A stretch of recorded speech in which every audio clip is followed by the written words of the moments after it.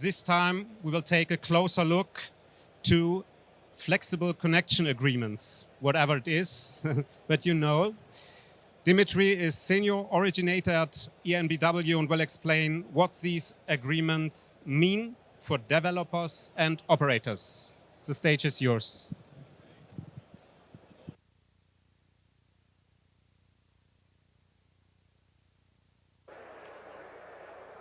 Okay.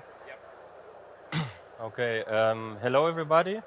Welcome to the EnBW booth. I hope you have a great eWorld. A lot of talks regarding battery, I guess. And yeah, here's one more to come. Today, I'm gonna talk about FCAs and BESS offtake agreements. FCA means flexible connection agreement. However, I think it's a euphemism because it's more like restricted connection agreements. And my name is Dmitry Kishko. I work at EnBW Trading as a senior originator and focusing on flexibility and mostly on upstream flexibility. The presentation is structured in 4 key topics. First, I give a background on FCAs and why this topic emerged. Then I give an overview of the key measures. And thirdly, I will also explain how these key measures affect the revenues. And then I will close with the key message that developer and also investor should be really aware of this increasing complexity, especially when choosing an off-taker. Okay. So flexible connection agreements are now the new standard. You won't get any connection without any restriction. And to understand why it happens, actually, we need to look what changed compared to the past. So let's start with the past. Back then, connection were granted unrestricted, right? And the best optimization was really purely on market prices. That means you as a developer, you requested a grid connection and it need to be firm, bidirectional and also symmetrical. So this is the old world. And as a result, multi-market revenues were done simply on a revenue stack. You know, you went to one advisor like Aurora, Enervis, whatever. You got the revenue stack, multi-market, and it was one for all. So every project had the same economics. This was the old world. It was quite easy. But what changed actually? Why this topic emerged recently? And the reason is really it changed something on grid level, at least from a TSO, DSO perspective. This is the key driver. To understand this, we need to understand the physical and technological capability of a battery. It can really inject power at full capacity within seconds. So it can switch within less than a minute from full charge to full discharge, right? So if you have a 100 megawatt battery, theoretically you can get a gradient of 200 megawatt in less than a minute. And this, so of course, stresses the local grid. Then another thing is really that prices are driven by national signals. So you have in Germany one pricing zone, and yeah, prices are done on that level. However, congestion is a local issue. So you have a national signal, whether charge or discharge, but you have local congestion arriving from this because they're not necessarily in line. And yeah, let's come to the new reality. As I already said, new grid connections are always having any grid limitations. Really, in the last half year, I've not seen any grid without any limitations. This is the new fact. Even though when you buy a pipeline as a developer, you requested it firm and non-restricted, then at latest at the connection agreement, you will see, oh, there's a restriction. And yeah, of course, you need to follow these restrictions. And also in Germany, FCAs are referred to netzneutral or netzdienlich.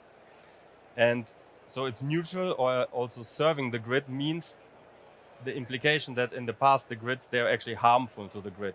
And this is really the perception of the operators. Okay, let's have a look on the patterns and actually on the each measures of this FCA. There's no standard. Again, this is Germany. There's never anything standard, but we see at least a pattern recurring, right? This is not a comprehensive overview. However, this is the 4 key measures we're seeing currently in the market. First is ramp rate limitations. It means simply that there's a limit to after you can reach full capacity. So by the technology, it's less than a minute, but often we see something like 10% per minute. Mean you can only reach full capacity after 10 minutes if it's 10%. And it varies. The third, and also what you have to understand, usually ancillary markets are excluded from this ramp rate limitations.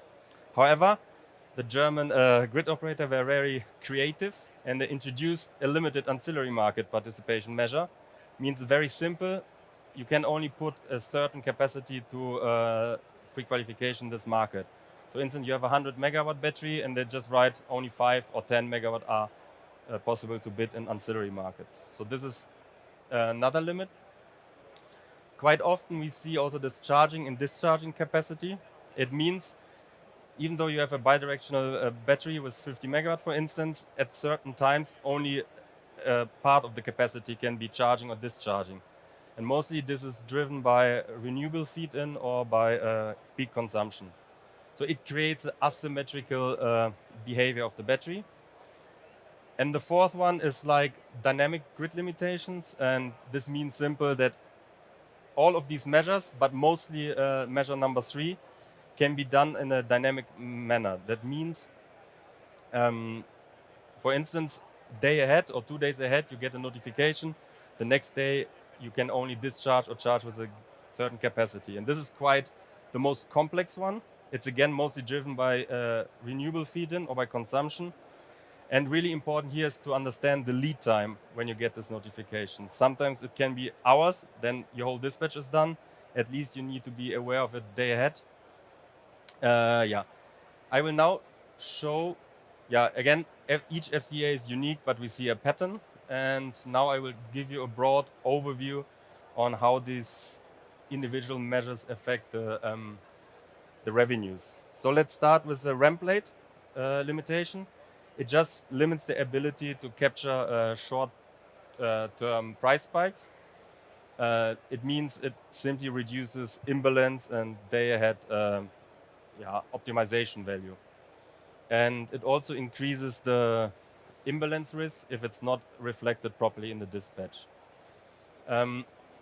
We see, again, there's no standard for this, but we see ramp rate limitations up to 1%, 1.5% per minute, meaning some batteries are only allowed to reach full capacity after 1 hour or even less.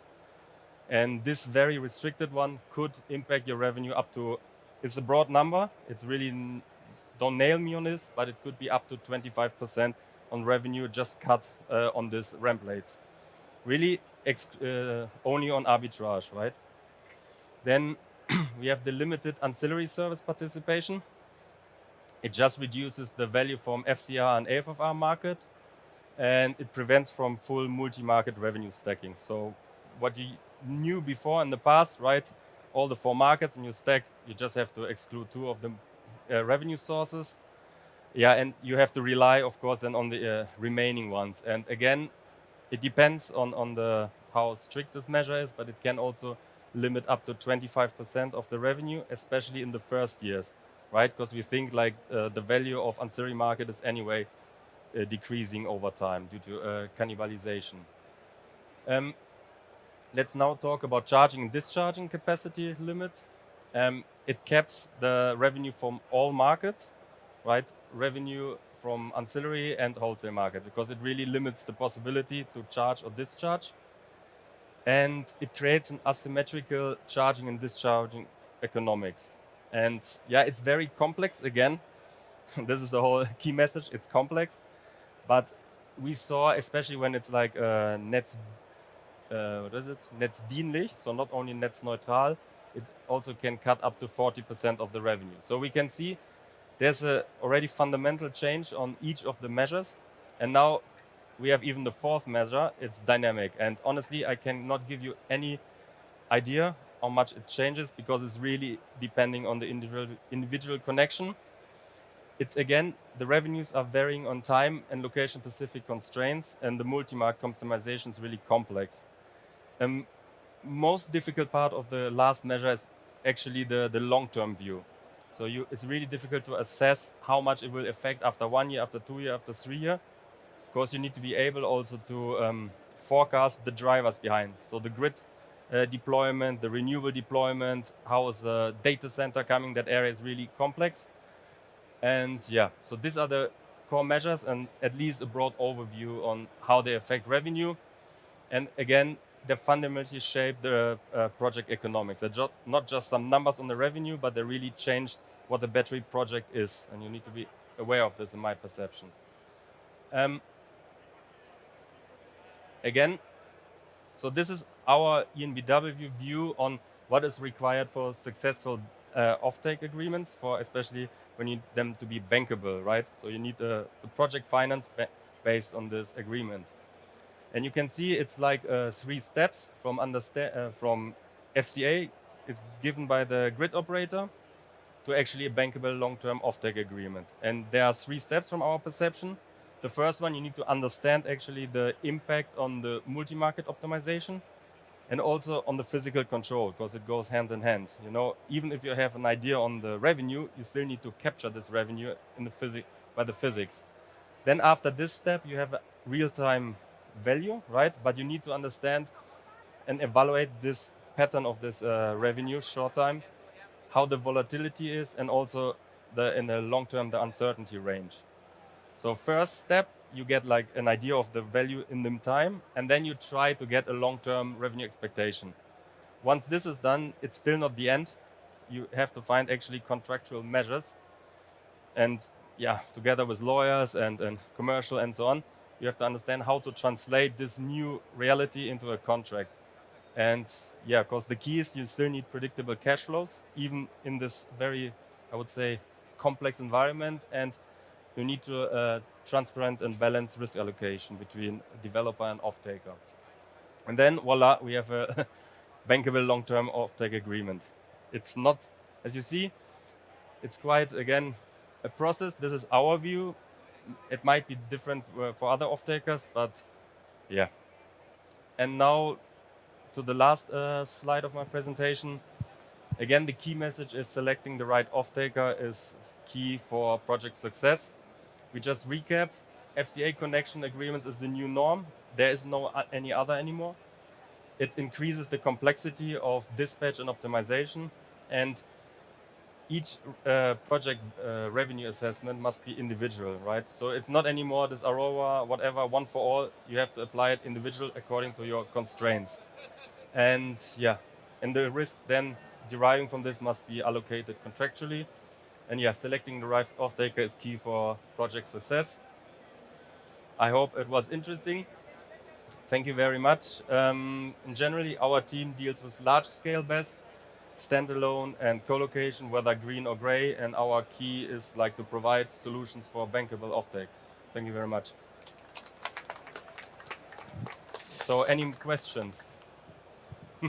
I know it's quite late, and yeah, we're all a bit tired, but hopefully it was not too much input. Are there any questions or share your thoughts? You have a question? Hello, thank you for the explanation. The presentation was very interesting. I wonder, I come from an EPC and projection development of renewable energy assets. How do you see the development, the trend going to in the ramp up, let's say, implementation of solar parks, wind parks in the near future in combination with BESS? You mean co-location? Co-location. Actually, I mean, it's a new topic, right? But our view on co-location is, I think it will be a big wave of new projects. But I mean, I used to work before for a developer, so I know the other side until 2 months ago. And I mean, every developer has the same issue. It has its storyline via PV developer, at least PV developer.